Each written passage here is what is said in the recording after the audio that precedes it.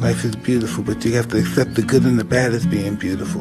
You can't accept the good, oh, this is beautiful, then we lose someone, oh, life sucks. Life is beautiful because life gave us the ability to just know them on our journey in life. We met them. We loved them. We cared about them. They cared about us. That's the purpose of life, just to enjoy what we had, what we journeyed through it. I'm like, what is this thing? What is my purpose? Why am I here? Why do I have to go through this pain? Why do I have to go through this fear all the time? Why can't it just be peaceful all the time? Then it wouldn't be life.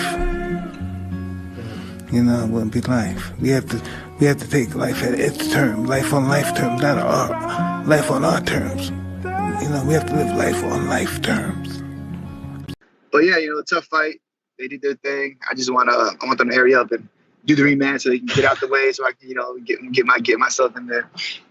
So, I mean, I'm sure everybody watching this knows what happened. There's like 30 seconds left in the fourth round. Sterling's on the mat, knee down, points of contact down, and then Jan drills Sterling with the illegal knee, puts Aljo in a very bad way. Referee gives him some time. The doctor comes in, the doctor leaves, and then the doctor comes back in, and the fight is finally ruled a DQ, and Sterling is the new UFC bantamweight champion.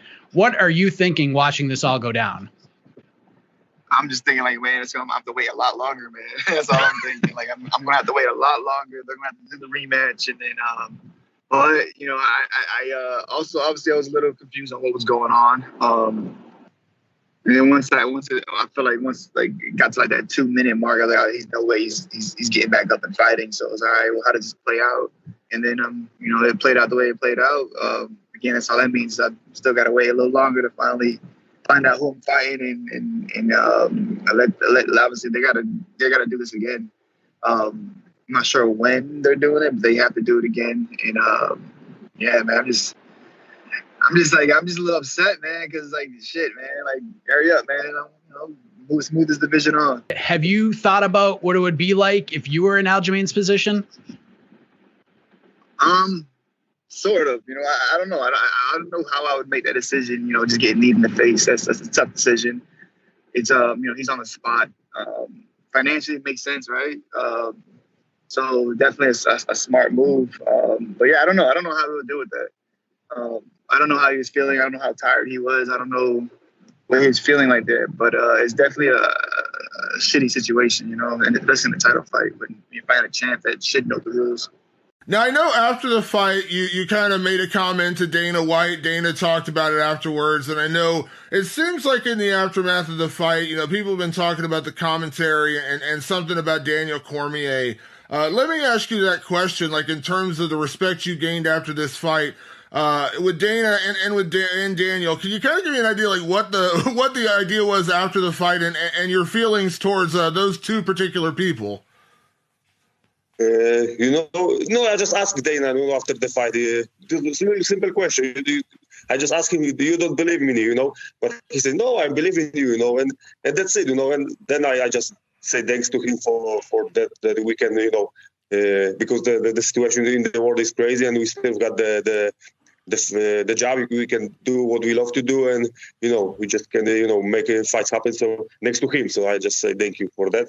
And with Daniel, I just, you know, come to him. I don't remember exactly what I said to him, but just do you see now? I'm just two champion right now. I deserve for respect something like this. Just, you know, couple words, with just, and that's it. Yeah, I know you said you haven't had a chance to watch the full fight, but did you, you know, in terms of the commentary you have heard, do you believe the commentators were maybe a little biased for Israel? Did you feel that at all? they don't see me in this fight. They see just, you know, Israel.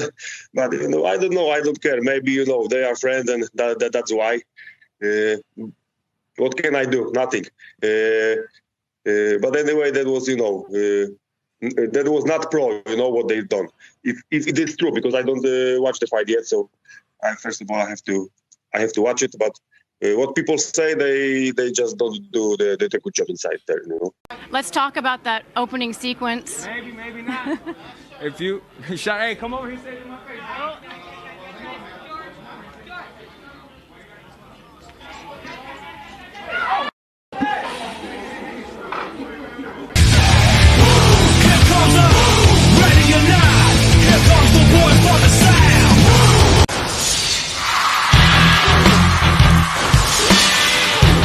This is something new. Obviously, you've been in Bellator before, and you've been around the game for quite some time. But this whole season and tournament, it's a little bit of a new style for many guys. Yeah, I'm looking forward to the tournament style.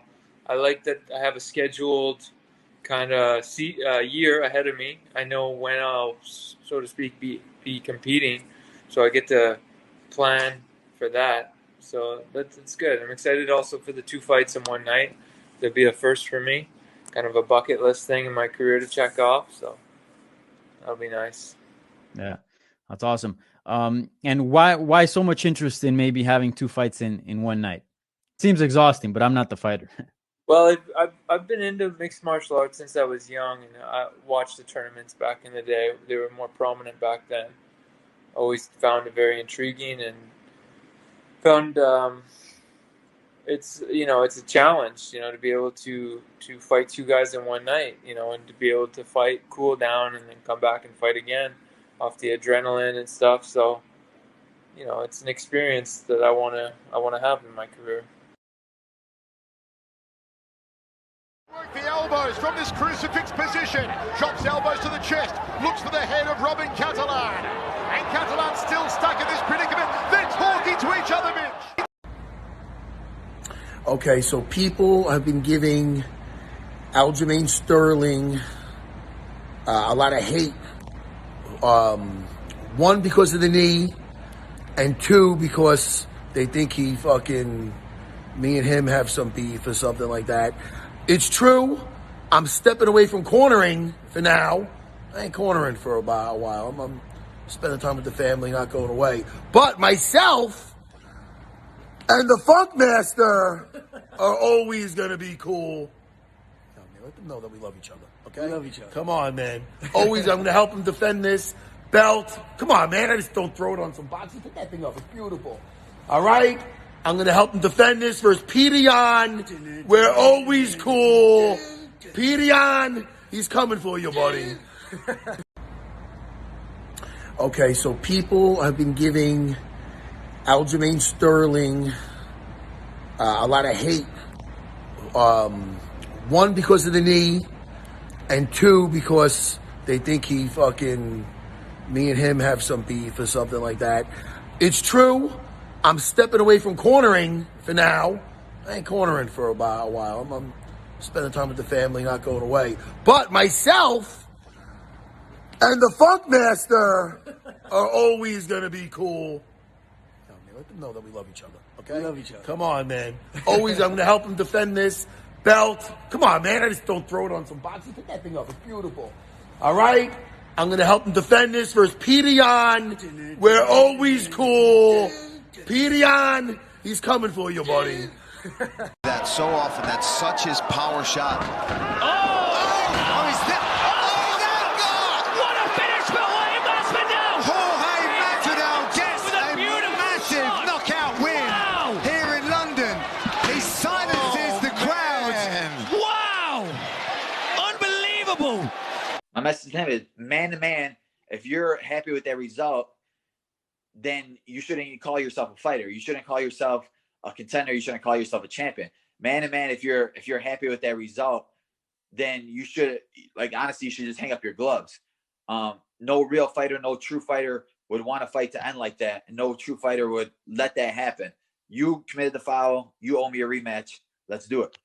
And honestly, literally, I thought I was blind. I thought I was I was moving my eye around, when you're trying to move your eye around, and I couldn't see nothing but black, and I tried to close my other eye and just like hope I could see something, and I couldn't see absolutely nothing.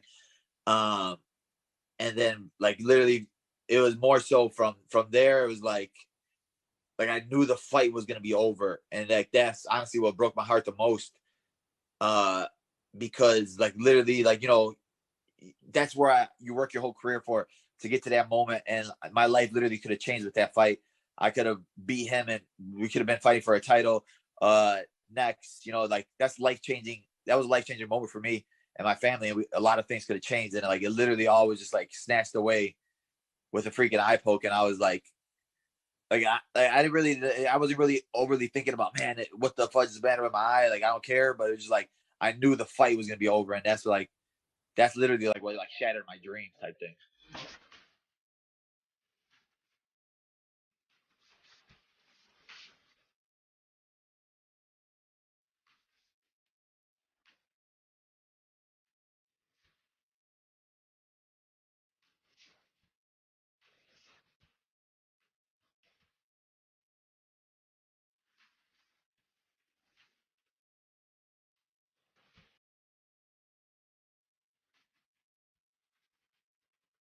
For the champion. Good jab landed right away by Nick. Takedown by George. Superman punch. George just looked up at the time, Mike. Good left hand by Nick.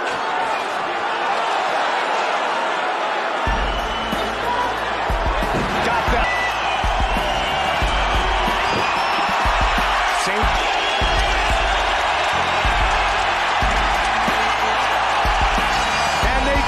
Distance. All three judges score this contest 50-45 for the winner by unanimous decision, Lagano, and still the undisputed UFC welterweight champion of the world, George Rush St. Pierre. Maybe I'm showing my age here, but I don't get why these guys are famous. I don't find them particularly talented. I don't find them to be funny. I don't really know why kids like them. I don't get it. I've tried asking, I coach kids from ages 5 to 18. So I've tried asking them, what do you like about these guys? Like, what is likable? What do you find entertaining? And, I'm yet to get an answer that I'm fully satisfied with. I don't really get it. Well, what's the best answer you have heard from the kids? You know what? I'll say that I don't think there's any good answers. They're all like, well, he does a lot of dumb things, or he says crazy stuff. But it's like, okay, but what? So what? Like, there's nothing that's I don't know. I don't know. Like, people who I liked growing up, I thought, like, say, Chris Farley. Well, I think he's hilarious. Chris Rock, I think he's hilarious. That's why I like the person. Muhammad Ali, I'm inspired by this man. And so, like, people who I liked, there was usually I could name a reason why I liked that person. And with these guys, that just doesn't seem to be the case.